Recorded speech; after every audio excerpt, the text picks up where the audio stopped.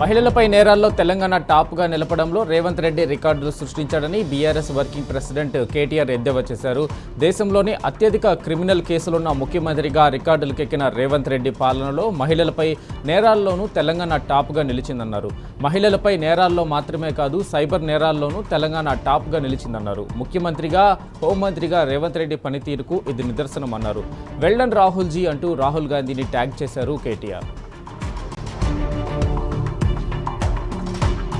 Minor బాలికపై లైంగిక వేధింపుల కేసులో పోలీసులు ఇంకా నిమ్మకు నీరెత్తినట్లుగానే వ్యవహరిస్తున్నారు. బండి భగీరథపై పోక్సో కేసు నమోదై 5 రోజులు గడుస్తున్నా ఇప్పటి వరకు అరెస్టు చేయకపోవడంపై తీవ్ర ఆక్షేపణీయమని విరుచుకుపడుతున్నారు.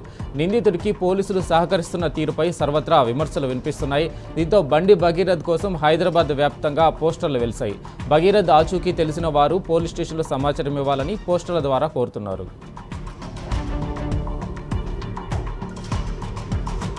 సిట్టు విచారణకు డుమ్మా కొట్టిన పోక్సో కేసు నిందితుడు బండి భగీరథ్ పేట్ బషీరాబాద్ పోలీసులకు ఒక ఈమెయిల్తో పాటు లేఖ పంపాడు. మే 15న విచారణకు హాజరవుతానని అందులో పేర్కొన్నాడు. ఇవాళ సిట్టు విచారణకు బండి భగీరథ్ హాజరు కావాల్సి ఉంది. అయితే చెప్పిన టైంకి విచారణకు రాని నిందితుడు గడువు తర్వాత పోలీసులకు మెయిల్ పంపాడు. కీలక సాక్ష్యాలతో విచారణకు హాజరవుతానంటూ మెయిల్లో పేర్కొన్నాడు. బండి సంజయ్ ఫ్రస్ట్రేషన్తో మాట్లాడారని విమర్శించారు ఎంపీ వద్దిరాజు రవిచంద్ర. బండి భగీరథ్ తప్పు చేయకపోతే విచారణకు హాజరు కావాలి కదా అని ప్రశ్నించారు. కేంద్ర మంత్రి బండి సంజయ్ తన ఇంటి సమస్యను దేశ సమస్యగా చూపే ప్రయత్నం చేస్తున్నారని మండిపడ్డారు. బాధిత మైనర్ బాలిక తరపున కొట్లాడుతున్న బీఆర్ఎస్ పార్టీపై నోరు పారేసుకోవడం కరెక్ట్ కాదని విరుచుకుపడ్డారు. బండి సంజయ్కు ఏమాత్రం చిత్తశుద్ధి ఉన్నా బాలికకు న్యాయం చేయాలని డిమాండ్ చేశారు. మైనర్ బాలికకు న్యాయం జరిగే వరకు బీఆర్ఎస్ పార్టీ పోరాటం చేస్తుందని హెచ్చరించారు. బండి సంజయ్, రేవంత్ రెడ్డి చీకటి స్నేహం వల్లే అమాయకపు బాధిత మైనర్ బాలిక కుటుంబం బలవుతుందని తప్పుబట్టారు బీఆర్ఎస్ రాష్ట్ర ప్రధాన కార్యదర్శి ఆర్ఎస్ ప్రవీణ్ కుమార్. సనాతన ధర్మం అంటూ బండి సంజయ్ ప్రచారం చేస్తుంటే అతని కుమారుడు హిందూ మైనర్ బాలికల మీద అఘాయిత్యాలు చేస్తున్నాడని మండిపడ్డారు. నేరం చేసిన వ్యక్తి తండ్రికి నోటీసులు ఇవ్వకుండా మేనమామకు ఇవ్వడం ఏంటని ప్రశ్నించారు. పలుసార్లు అత్యాచారం చేసిన సాయి భగీరథ్కు నోటీసులు ఇవ్వడమేంటి, అంతు చూస్తా అంటూ వేలాది మంది సమక్షంలో బండి సంజయ్ బెదిరింపులకు పాల్పడుతున్నా సుమోటోగా కేసు ఎందుకు పెట్టడం లేదంటూ డీజీపీని నిలదీశారు. పోక్సో కేసు నమోదైనప్పటికీ కేంద్ర హోంశాఖ సహాయ మంత్రి బండి సంజయ్ కొడుకు బండి భగీరథను ఎందుకు అరెస్టు చేయడం లేదని మాజీ మంత్రి జోగురామన్న ప్రశ్నించారు. బాధితురాలి స్టేట్మెంట్ రికార్డు చేసిన పోలీసులు భగీరథను అరెస్టు చేయడంలో ఎందుకు జాప్యం చేస్తున్నారని మండిపడ్డారు. రాష్ట్రంలో శాంతి భద్రతలు క్షీణించినా కాంగ్రెస్ ప్రభుత్వం ఏమాత్రం పట్టించుకోవడం లేదని అన్నారు. ఏమాత్రం నైతిక విలువలు ఉన్నా కేంద్ర మంత్రి పదవికి బండి సంజయ్ రాజీనామా చేయాలని జోగురామన్న డిమాండ్ చేశారు. బండి సంజయ్ కుమారుడు బండి భగీరథపై నిప్పులు చెరిగారు మాజీ మంత్రి సింగిరెడ్డి నిరంజన్ రెడ్డి. అధికారంలో ఉంటే చట్ట వ్యతిరేక పనులు చేయవచ్చా అని ప్రశ్నించారు. వ్యవస్థను బలహీనంగా చేస్తే సమాజం బలహీనపడుతుందని మండిపడ్డారు. చట్టానికి, రాజ్యాంగానికి కట్టుబడి పనిచేయాలని ఉన్నత అధికారులకు విజ్ఞప్తి చేశారు. బండి సంజయ్ కుమారుడి విషయంలో ఒక సెక్షన్ మీడియా అన్యాయానికి మద్దతు పలకడం శోచనీయమన్నారు సింగిరెడ్డి. బాలిక కుటుంబానికి న్యాయం చేయాల్సిన బాధ్యత అన్ని సంస్థలపైన ఉందని, నైతిక విలువలు కాపాడాల్సిన బాధ్యత అందరిదన్నారు సింగిరెడ్డి నిరంజన్ రెడ్డి. బండి భగీరథపై పోక్సో కేసు నమోదై రోజులు గడుస్తున్నా ఇంకా అరెస్టు చేయకపోవడం పోలీసు వ్యవస్థ వైఫల్యమని మండిపడ్డారు బీఆర్ఎస్ మహిళా నేతలు. పోక్సో కేసు అంశంపై మాజీ మంత్రి సత్యవతి రాథోడ్, మాజీ జడ్పీ చైర్పర్సన్ తులా ఉమా, మాజీ ఎమ్మెల్యే గొంగిడి సునీత, రాష్ట్ర డీజీపీ సివి ఆనంద్ను కలిశారు. ఈ కేసు విషయంలో పోలీసు తీరు చూస్తుంటే పోలీసు వ్యవస్థపై ప్రజలకు నమ్మకం కోల్పోయే విధంగా ఉందని అన్నారు. నిందితుడు బండి భగీరథ్ను వెంటనే అరెస్టు చేసి పోలీసు వ్యవస్థపై విశ్వాసాన్ని నిలబెట్టుకోవాలని విజ్ఞప్తి చేశారు బీఆర్ఎస్ మహిళా నేతలు. ఒక కేంద్ర మంత్రి స్థాయికి తగినట్టుగా బండి సంజయ్ మాట్లాడడం లేదని మండిపడ్డారు మాజీ మంత్రి సత్యవతి రాథోడ్. రాష్ట్రాన్ని రక్షించాల్సిన పోలీసులే భక్షిస్తున్నారని ధ్వజమెత్తారు. పోక్సో కేసు నమోదైన బండి భగీరథను అరెస్టు చేయడం చేతకాని పోలీసు వ్యవస్థ, 17 ఏళ్ల మైనర్ బాలికపై హనీ ట్రాప్ కేసు పెట్టడం చాలా దుర్మార్గమని దుయ్యబట్టారు. ఆడబిడ్డకు అన్యాయం జరుగుతుంటే మహిళా మంత్రులు ఏం చేస్తున్నారని ప్రశ్నించారు. బాధితురాలికి న్యాయం జరిగే వరకు బీఆర్ఎస్ పార్టీ పోరాడుతూనే ఉంటుందని హెచ్చరించారు. బండి సంజయ్ వ్యాఖ్యలను తీవ్ర ఆక్షేపణీయమని అన్నారు ఎమ్మెల్సీ సంబీపూర్ రాజు. బీఆర్ఎస్ పార్టీని టార్గెట్గా మాట్లాడుతుంటే ఈ రాష్ట్ర పోలీసు వ్యవస్థ ఏం చేస్తుందని మండిపడ్డారు. 2001 నుంచి నేటి వరకు ప్రజల పక్షాన నిలబడి పోరాడే పార్టీ బీఆర్ఎస్ పార్టీ అని గుర్తు చేశారు. ప్రతిపక్షాలపై బెదిరింపు ధోరణులు ఉండడం కరెక్ట్ కాదని ధ్వజమెత్తారు. పోక్సో కేసులో నిందితుడిగా ఉన్న బండి భగీరథ్ను వెంటనే అరెస్టు చేయాలని సిపిఐ నాయకుడు చాడా వెంకటరెడ్డి డిమాండ్ చేశారు. ప్రభుత్వం సిట్టు విచారణ పేరుతో కాలయాపన చేస్తుందని, విచారణ వేగవంతం చేయాలని డిమాండ్ చేశారు చాడా. కుటుంబ సభ్యుల మీద ఆరోపణలు వస్తే రాజకీయాల్లో ఉన్నవారు స్వచ్ఛందంగా విచారణ చేయించుకోవాలన్నారు. ఆ మాదిరిగానే బండి సంజయ్ కూడా తన కొడుకు కేసుపై విచారణ చేయించి తన నిజాయితీ నిరూపించుకోవాలన్నారు చాడా వెంకటరెడ్డి. బండి భగీరథ్ను అరెస్టు చేయాలని డిమాండ్ చేస్తున్న మహిళలను పోలీసులు అక్రమ అరెస్టు చేయడాన్ని తీవ్రంగా ఖండించారు పీఓడబ్ల్యూ అధ్యక్షురాలు సంధ్య. బాధిత మైనర్ బాలికపై హనీ ట్రాప్ కేసు ఎలా నమోదు చేస్తారని ప్రశ్నించారు. పోక్సో కేసులో 24 గంటల్లో నిందితుడిని అరెస్టు చేయాలని చట్టం ఉంది. అయితే 5 రోజులు గడుస్తున్నా ఇప్పటి వరకు ఎందుకు బండి భగీరథ్ను అరెస్టు చేయలేదని మండిపడ్డారు. కేంద్ర మంత్రి కొడుకైతే బాలికపై అఘాయిత్యం చేయొచ్చా అని నిలదీశారు. బడాబాబుల్ని కాంగ్రెస్ సర్కారు ఎంకరేజ్ చేస్తుందని దుయ్యబట్టారు.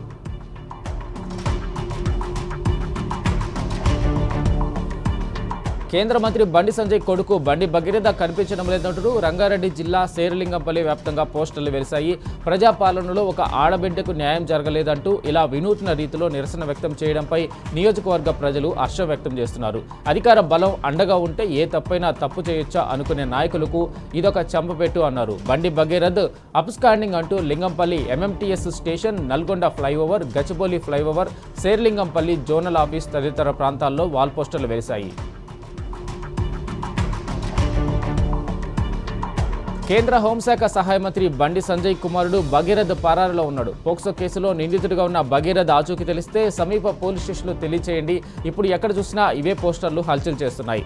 హన్మకొండ జిల్లా కోర్టు, బస్ స్టాపుల వద్ద పోస్టర్లు అతికించారు. మైనర్ బాలికపై అత్యాచారం చేసిన నేరంలో నిందితుడిగా భగీరథ్పై ఈ నెల 8వ తేదీన పోక్సో కేసులో ఎఫ్ఐఆర్ నమోదైంది. అప్పటి నుంచి తప్పించుకు తిరుగుతున్నాడు భగీరథ్.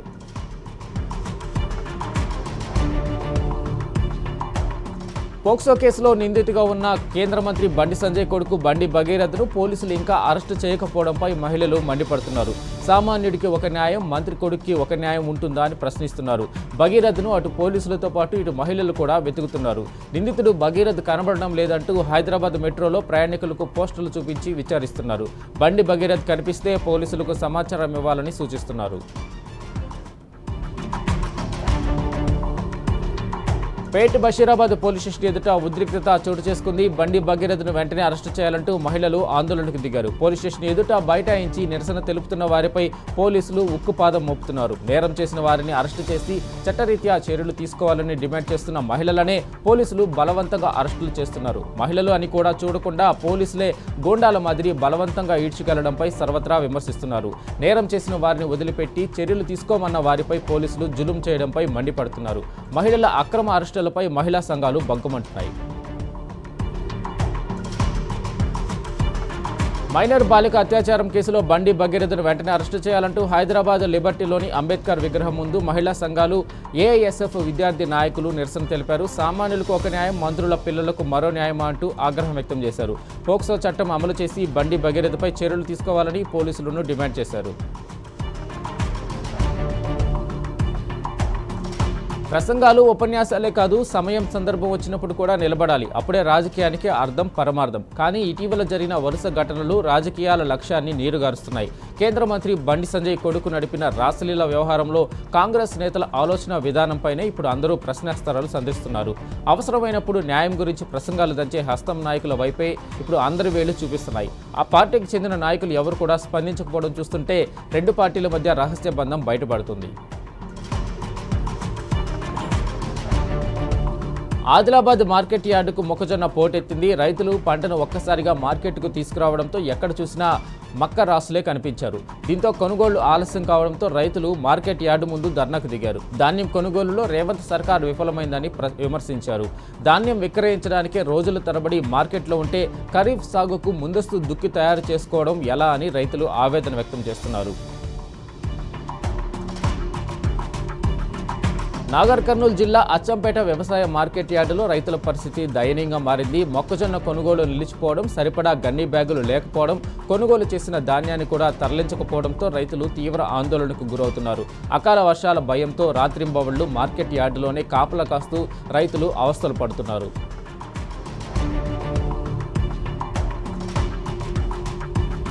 ఖమ్మం జిల్లా రైతులు పంట కొనుగోలు లేక తీవ్ర ఆందోళన వ్యక్తం చేస్తున్నారు. మధిర నియోజకవర్గంలోనూ పరిస్థితి ఇదే విధంగా ఉంది. రోడ్డెక్కి ధర్నాలు చేసినా, కళ్లాల్లో నిరసనలు వ్యక్తం చేసినా అధికారులను ముట్టడించినా ఎవరూ స్పందించడం లేదని రైతులు ఆరోపిస్తున్నారు.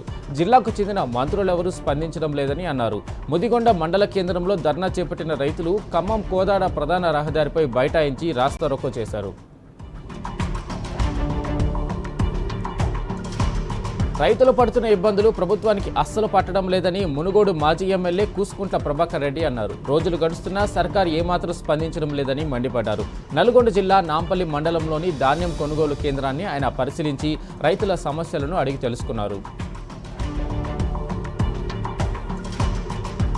ధాన్యం కొనుగోలు చేసి తమను ఆదుకోవాలని రైతులు డిమాండ్ చేశారు. రోజుల తరబడి ధాన్యం కొనుగోలు కేంద్రాల్లో పడిగాపులు కాస్తున్న తమకు విసుగొస్తుందని ఆవేదన వ్యక్తం చేశారు. మెదక్ జిల్లా చేగుంట మండలం కర్నాలపల్లి గ్రామంలో ధాన్యం కొనుగోలు చేయాలంటూ చేగుంట గజ్వేలు ప్రధాన రహదారిపై కర్షకులు రాస్తారోకో నిర్వహించారు. ప్రభుత్వం ధాన్యం కొనుగోలు చేయకుంటే చావే దిక్కంటూ రైతులు పురుగుల మందు డబ్బాలు పట్టుకుని నిరసన తెలిపారు. సీఎం డౌన్ ప్రభుత్వం వెంటనే స్పందించాలి అంటూ రైతులు నినదించారు. పంట కొనుగోలు చేయడం లేదన్న నిరాశ నిస్పృహలతో రైతులు తీవ్ర మనోవేదనకు గురవుతున్నారు. ధాన్యం బస్తాలు తగలబెట్టి తమ నిరసనను వ్యక్తం చేశారు. నల్గొండ జిల్లా నార్కట్పల్లి మండలం నక్కలపల్లి గ్రామంలో వారం రోజుల ముందు కాంట వేసిన ధాన్యం ఇప్పటికీ ఎగుమతి చేయడం లేదని ఆగ్రహం వ్యక్తం చేశారు. 45 రోజులలో కేవలం 600 క్వింటాలు మాత్రమే కొనుగోలు చేశారని రైతులు అన్నారు. ప్రభుత్వ చేతగానితనానికి నిరసనగా ధాన్యం బస్తాలను తగులబెట్టారు. లోక్ భవన్ వద్ద ఉద్రిక్తత నెలకొంది. నీట్ ప్రశ్నాపత్రం లీకేజీపై బీఆర్ఎస్వి కదం తొక్కింది. పేపర్ లీకుకు పాల్పడిన వారిపై కఠిన చర్యలు తీసుకోవాలంటూ చలో లోక్ భవన్కు పిలుపునిచ్చింది. ఈ క్రమంలో లోక్ భవన్ పరిసర ప్రాంతాల్లో పోలీసులు భారీగా మోహరించారు. బీఆర్ఎస్వి అధ్యక్షుడు గెల్లు శ్రీనివాస్ ఆధ్వర్యంలో విద్యార్థి నాయకులు ఒక్కసారిగా దూసుకురావడంతో పోలీసులు వారిని అడ్డుకునే ప్రయత్నం చేశారు. దాంతో విద్యార్థులకు పోలీసులకు మధ్య తోపులాట జరిగింది. బీఆర్ఎస్వి నాయకులను అదుపులోకి తీసుకుని పోలీస్ స్టేషన్కు తరలించారు పోలీసులు.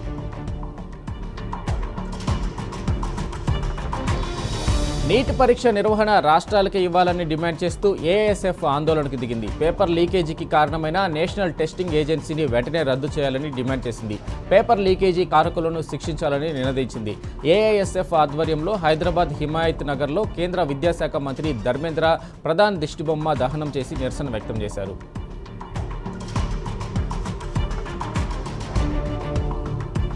నీట్ పరీక్షా పేపర్ లీక్ ఘటనపై ఎస్ఐఎఫ్ నిర్వహించిన ఆందోళన హింసాత్మకంగా మారింది. కేరళలోని పాల్ఘాట్లో విద్యార్థులు ఆందోళనకు దిగారు. ఇది పూర్తిగా ప్రభుత్వ వైఫల్యమేనని మండిపడ్డారు. వందలాది మంది విద్యార్థులు ఒక్కసారిగా రోడ్డెక్కేసరికి పోలీసులు బ్యారికేడ్లు ఏర్పాటు చేశారు. ప్రభుత్వానికి వ్యతిరేకంగా నినాదాలు చేస్తూ దూసుకువచ్చిన విద్యార్థులను వాటర్ కేనన్లతో చెదరగొట్టారు. దీంతో రెచ్చిపోయిన విద్యార్థులు పోలీసుల వాహనాలను ధ్వంసం చేశారు. దీంతో తీవ్ర ఉద్రిక్త పరిస్థితులు ఏర్పడ్డాయి. నీటి పరీక్ష రద్దుపై దేశవ్యాప్తంగా విద్యార్థి సంఘాలు బగ్గుమన్నాయి. నేషనల్ టెస్టింగ్ ఏజెన్సీ చర్యలను వ్యతిరేకిస్తూ నిరసనలకు దిగారు. ఢిల్లీలోని ఎన్టీఏ కార్యాలయం ముందు ఆందోళన చేపట్టారు. ఆందోళనకారులను పోలీసులు అడ్డుకునే ప్రయత్నం చేయగా విద్యార్థి సంఘాల నాయకులకు పోలీసులకు మధ్య తోపులాట జరిగింది. 2024లోనూ ఇదే విధంగా జరిగిందని, ఇప్పుడు 2026లో కూడా ఇలాగే జరగడమేంటని మండిపడ్డారు. మరోసారి ఇలా జరగకుండా ఉండాలంటే ఎన్టీఏ డైరెక్టర్ వెంటనే తన పదవికి రాజీనామా చేయాలని డిమాండ్ చేశారు. కమర్పల్లి మండల కొనసాముందర్ కొనుగోలు సెంటర్ను పరిశీలించిన ఎమ్మెల్యే వేముల ప్రశాంత్ రెడ్డి సందర్శించారు. రైతులకు అండగా ఉంటామని భరోసా కల్పించారు. 41.5 కిలోలకే ధాన్యం సేకరించాలని ప్రభుత్వాన్ని డిమాండ్ చేశారు. వానలు వచ్చేలోపే ధాన్యం తరలించాలని జిల్లా అడిషనల్ కలెక్టర్తో ఫోన్లో మాట్లాడి సూచించారు. వర్షాల ముప్పు పొంచి ఉన్నందున యుద్ధ ప్రాతిపదికన ధాన్యం తరలింపు చేపట్టాలని డిమాండ్ చేశారు. రంగారెడ్డి జిల్లా షాద్నగర్లో హనుమాన్ విగ్రహ ప్రతిష్ఠా కార్యక్రమంలో పాల్గొని ప్రత్యేక పూజలు నిర్వహించారు మాజీ మంత్రి deputy floor leader Harish Rao. Shadnagar చేరుకున్న ఆయనకు మాజీ మంత్రి శ్రీనివాస్ గౌడ్, మాజీ ఎమ్మెల్యే అంజయ్య యాదవ్, పలువురు బీఆర్ఎస్ నాయకులు ఘనస్వాగతం పలికారు.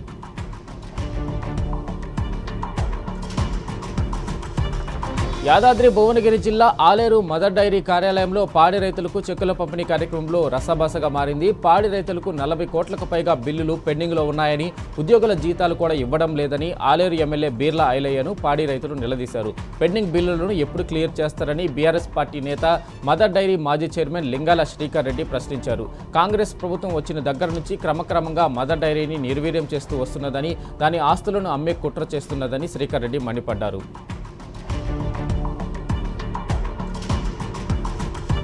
బెల్లంపల్లి పట్టణంలో డబుల్ బెడ్రూమ్ ఇళ్ల లక్కీ డ్రా కేటాయింపులో గందరగోళం చోటు చేసుకుంది. అర్హులైన పేదలకు కాకుండా డబుల్ బెడ్రూమ్ ఇళ్లను కాంగ్రెస్ నాయకులు, అధికారులు అమ్ముకున్నారని ఆరోపిస్తూ మహిళలు పెద్ద సంఖ్యలో ఆందోళనకు దిగారు. అర్హులైన పేదలకు డబుల్ బెడ్రూమ్ ఇళ్లు కేటాయించే వరకు న్యాయ పోరాటం చేస్తామని బీఆర్ఎస్ కౌన్సిలర్లు అన్నారు.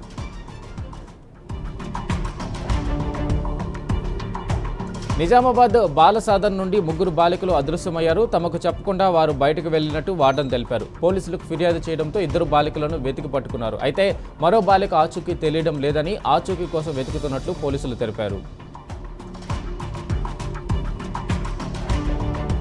నగరంలో మరోసారి నేపాలీ గ్యాంగ్ దోపిడీకి పాల్పడింది. గత వారం రిటైర్డ్ ఐపీఎస్ ఇంట్లో హత్య ఘటన మరొక ముందే తాజాగా జవహర్ నగర్ పిఎస్ పరిధిలో మరోసారి దోపిడీ జరిగింది.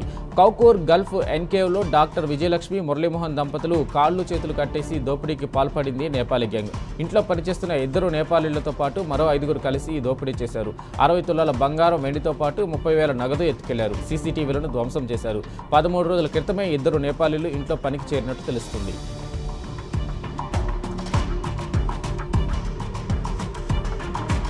బషీరాబాద్ మండల పరిధిలోని జీవంగి గ్రామంలో దారుణం చోటు చేసుకుంది. మానవతో మంటగలిసేలా ఓ యువకుడు మైనర్ బాలికపై అఘాయిత్యానికి ఒడిగట్టాడు. ఈ ఘటన స్థానికంగా తీవ్ర కలకలం రేపింది. గ్రామానికి చెందిన రమణి నరేష్ మైనర్ బాలికపై అత్యాచారానికి పాల్పడ్డాడు. బాలిక కుటుంబ సభ్యుల ఫిర్యాదుతో పోలీసులు నిందితుడిని అదుపులోకి తీసుకుని విచారిస్తున్నాడు. నిందితుడిని కఠినంగా శిక్షించాలని గ్రామస్తులు డిమాండ్ చేస్తున్నారు.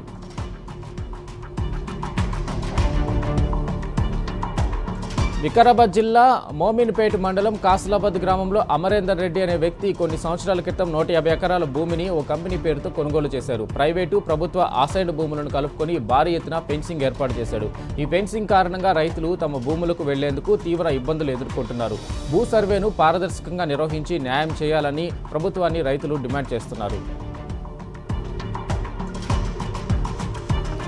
తమిళనాడు బల పరీక్షలో విజయ్ సర్కార్ విజయం సాధించింది. ముఖ్యమంత్రి విజయ్ స్వయంగా బల పరీక్ష తీర్మానాన్ని ప్రవేశపెట్టగా కాంగ్రెస్ సభ్యులతో పాటు ఏఎంఎంకే సభ్యుడు నేరుగా మద్దతు ప్రకటించారు. ఇక సిపిఐ, సిపిఎం, బీసీకే, ఐయుఎంఎల్ బయటి నుండి మద్దతు ప్రకటించాయి.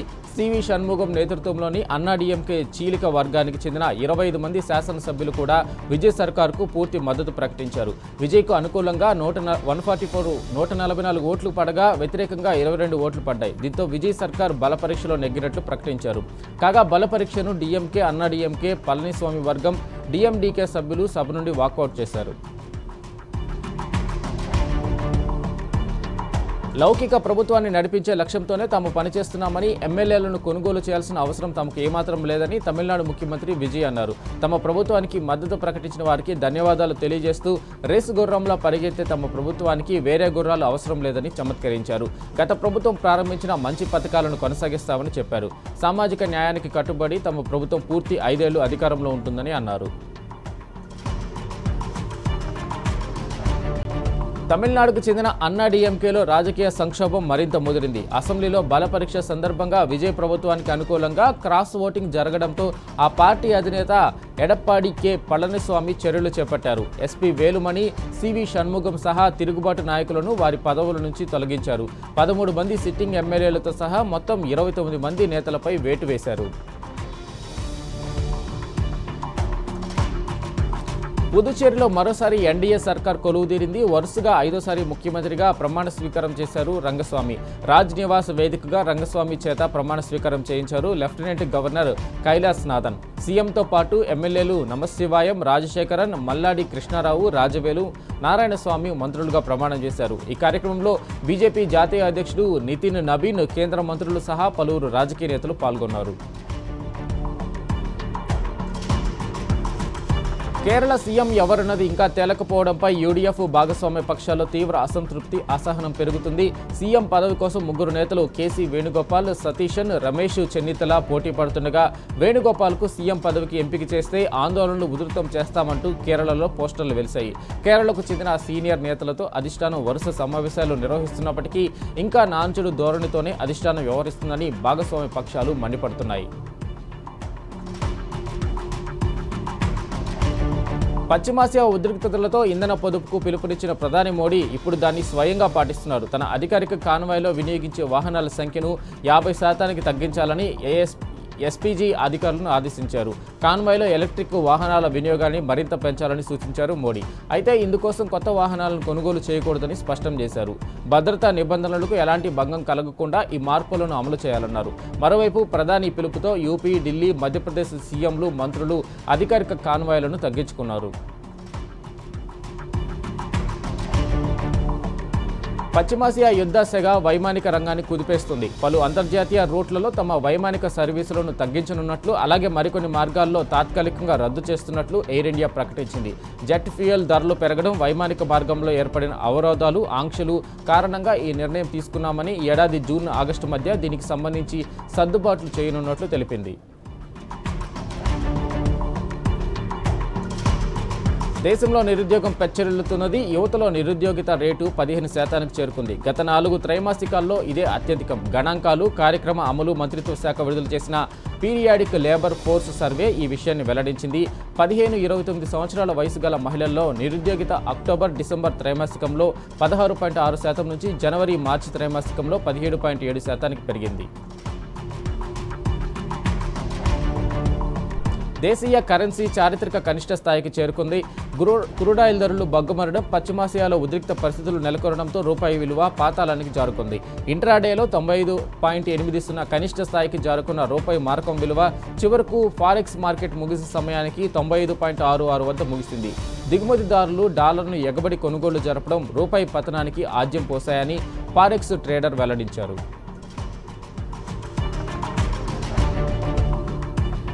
దేశంలో విద్యార్థుల ఆత్మహత్యల సంఖ్య ఆందోళనకర రీతిలో పెరుగుతుంది. 2015 నుంచి 2024 మధ్య మొత్తం 1,15,850 మంది విద్యార్థులు ఆత్మహత్య చేసుకున్నారు. 2024లో ఆత్మహత్య చేసుకున్న విద్యార్థుల సంఖ్య రికార్డు స్థాయిలో 14,488కి చేరింది. ఇది 2023లో నమోదైన 13,892 కేసులతో పోలిస్తే 4.3% ఎక్కువ అని నేషనల్ క్రైమ్ రికార్డ్స్ బ్యూరో తన నివేదికలో పేర్కొంది. విద్యాపరమైన ఒత్తిళ్లు, మానసిక సమస్యలు, బలహీనమైన సహాయక వ్యవస్థలు తదితర కారణాల వల్ల విద్యార్థులు ఆత్మహత్యలు పెరుగుతున్నాయని నిపుణులు అభిప్రాయపడుతున్నారు. కర్ణాటకలో సీఎం చైర్ విషయంలో ముఖ్యమంత్రి Siddaramaiah, deputy CM DK Shivakumar వర్గాల మధ్య ఫైట్ కొనసాగుతూనే ఉంది. డీకే శివకుమార్ కర్ణాటకకు తదుపరి సీఎం అంటూ బెంగళూరులో వెలిసిన ఫ్లెక్సీలు కలకలం రేపాయి. అది కూడా బెంగళూరు కాంగ్రెస్ కార్యాలయం ఎదుట ఫ్లెక్సీలు ఉండడం సర్వత్రా చర్చనీయాంశంగా మారింది. దీంతో కొన్నాళ్లుగా సద్దుమణిగిన కుర్చీలాట మరోసారి మొదలైందనే చెప్పాలి.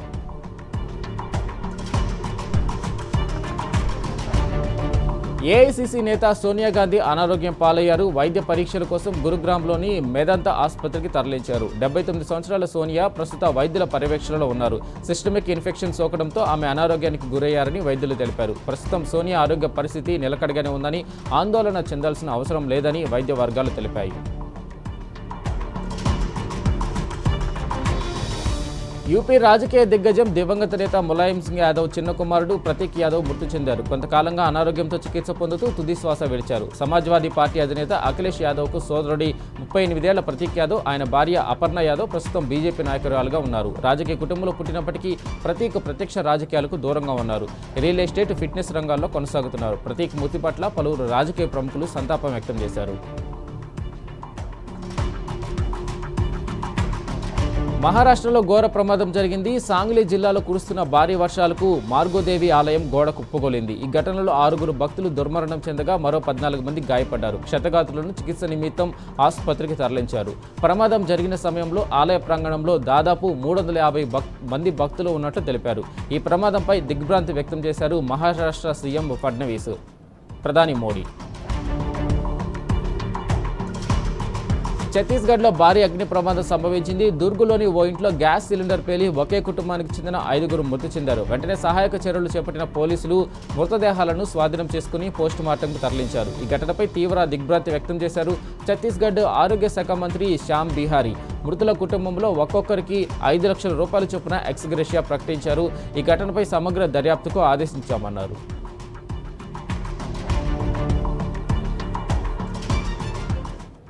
పశ్చిమాసియాలో నెలకొన్న పరిస్థితులు, వాణిజ్య సంబంధాలపై చర్చించేందుకు అమెరికా అధ్యక్షుడు డొనాల్డ్ ట్రంప్ చైనాలో పర్యటిస్తున్నారు. చైనా అధ్యక్షుడు జిన్పింగ్ ఆహ్వానం మేరకు ఇవాళ బీజింగ్ చేరుకున్న ట్రంప్కు ఘన స్వాగతం లభించింది. 2 రోజుల పాటు ట్రంప్ చైనాలో పర్యటిస్తారు. ఈ సందర్భంగా ఇరు నేతలు పలు కీలక అంశాలపై చర్చలు జరపనున్నారు. ఇక ఈ ఏడాది చివరిలో జిన్పింగ్ దంపతులు అమెరికా పర్యటనకు వెళ్లనున్నారు. ఇరాన్ అమెరికా మధ్య మాటల యుద్ధం జరుగుతుంది. ఇరుపక్షాలు ఒకరిపై ఒకరు తీవ్ర విమర్శలు గుప్పించుకుంటున్నారు. తాజాగా ట్రంప్ బెదిరింపులకు తలొగ్గమన్నారు ఇరాన్ నేతలు. శాంతి చర్చలకు ట్రంపే ప్రధాన అడ్డంకిని ఆరోపించారు ఇరాన్ విదేశాంగ మంత్రి అబ్బాస్ అరాక్చి. యుద్ధానికి ముగింపు పలకడంలో అమెరికా నిజాయితీతో వ్యవహరించడం లేదన్నారు. ట్రంప్ అహంకారపూరిత వైఖరి, బెదిరింపులు, రెచ్చగొట్టే వ్యాఖ్యలను అరాక్చి తప్పుపట్టారు. హర్ముజ్లో నెలకొన్న పరిస్థితులకు అమెరికా, ఇజ్రాయెల్ సైనిక దాడులే మూల కారణమని మండిపడ్డారు. ఉగ్రవాదులే లక్ష్యంగా నైజీరియా సైన్యం జరిపిన ఉగ్రదాడి తీవ్ర విషాదాన్ని మిగిల్చింది. జాంపారాలోని తుమ్కా మార్కెట్పై జరిగిన వైమానిక దాడిలో 120 మంది సామాన్యులు ప్రాణాలు కోల్పోయారు. వందలాది మంది తీవ్రంగా గాయపడ్డారని అంతర్జాతీయ మానవ హక్కుల సంస్థ అమ్నెస్టీ ఆరోపించింది. ఒక గ్రామంలోని 80 మందికి పైగా పౌరుల అంత్యక్రియలు జరిగాయని, అక్కడ తిరుగుబాటుదారులు ఉన్నట్లు ఆధారాలు లేవని పేర్కొంది. అయితే ఈ ఆరోపణలను నైజీరియా సైన్యం తీవ్రంగా ఖండించింది. తాము కేవలం సాయుధ ముఠాలనే లక్ష్యంగా చేసుకున్నామని స్పష్టం చేసింది. పసిడి ప్రియులకు వర్ష షాకులు తగులుతున్నాయి. బంగారం దిగుమతిపై సుంకాలు పెంచుతున్నట్లు కేంద్రం ప్రకటించడంతో పుత్తడి ధరలకు రెక్కలొచ్చాయి. ప్రపంచవ్యాప్తంగా నెలకొన్న ఆందోళనకర పరిస్థితులతో ఇన్వెస్టర్లు బులియన్ మార్కెట్ల వైపు మొగ్గు చూపారు. దీంతో ఇవాళ 24 క్యారెట్ల 10 గ్రాముల బంగారం ధర ఏకంగా 13,910 రూపాయలకు పెరిగి 1,68,000కు చేరింది. ఆర్నమెంట్ గోల్డ్ ధర 12,750కి ఎగిసి 1,54,000 పలుకుతుంది. వెండి కిలోకు 20,000 రూపాయల పెరుగుదలను నమోదు చేసుకుని 3,10,000 రూపాయల వద్ద ట్రేడ్ అవుతుంది. Depending champions royal Challengers Bengaluru మరోసారి టాప్ లేపే ఆటతో దుమ్మురేపింది. విరాట్ కోహ్లీ అజేయ శతకంతో చెలరేగిన వేళ ఈ సీజన్లో ఆ జట్టు 8వ విజయంతో పాయింట్ల పట్టికలో మళ్లీ అగ్రస్థానాన్ని దక్కించుకుంది. 6 వికెట్ల తేడాతో కోల్కతా నైట్ రైడర్స్ను ఓడించిన ఆర్సీబీ ప్లే ఆఫ్స్కు అడుగు దూరంలో నిలిచింది. కేకేఆర్ నిర్దేశించిన 193 పరుగుల లక్ష్యాన్ని 19.1 ఓవర్లలో 4 వికెట్లు మాత్రమే కోల్పోయి దంచేసింది. తొలుత రఘువంశీ 71, రింకు సింగ్ 49 పరుగులతో రాణించడంతో కోల్కతా నిర్ణీత ఓవర్లలో 4 వికెట్లకు 192 స్కోర్ చేసింది. ఓవరాల్గా కేకేఆర్ పరాభవంతో ప్లే ఆఫ్స్ అవకాశాలను దాదాపుగా వదులుకుంది. సెప్టెంబర్లో జపాన్ వేదికగా జరిగే ఆసియా క్రీడలకు హైదరాబాద్ షూటర్ కైనన్ చెనై ఎంపికయ్యాడు. National rifle association of India ప్రకటించిన భారత షూటింగ్ జట్టులో కైనన్ చోటు దక్కించుకున్నాడు. మెన్స్ ట్రాప్తో పాటు మిక్స్డ్ టీమ్ ఈవెంట్లకు అతడు పోటీ పడుతున్నాడు. 2022 ఆసియా క్రీడల్లో టాప్ ట్రాప్ టీమ్ ఈవెంట్లో పథకాలు సాధించిన చెనై రాబోయే మెగా టోర్నీలోనూ సత్తా చాటాలనే లక్ష్యంతో ఉన్నాడు.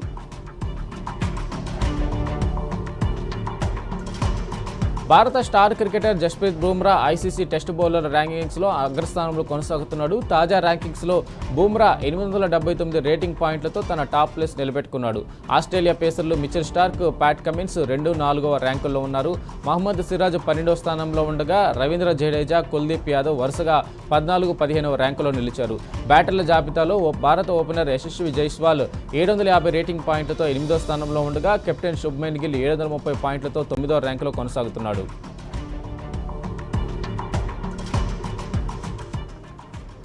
ఇది వాల్టి morning express. Keep watching T news.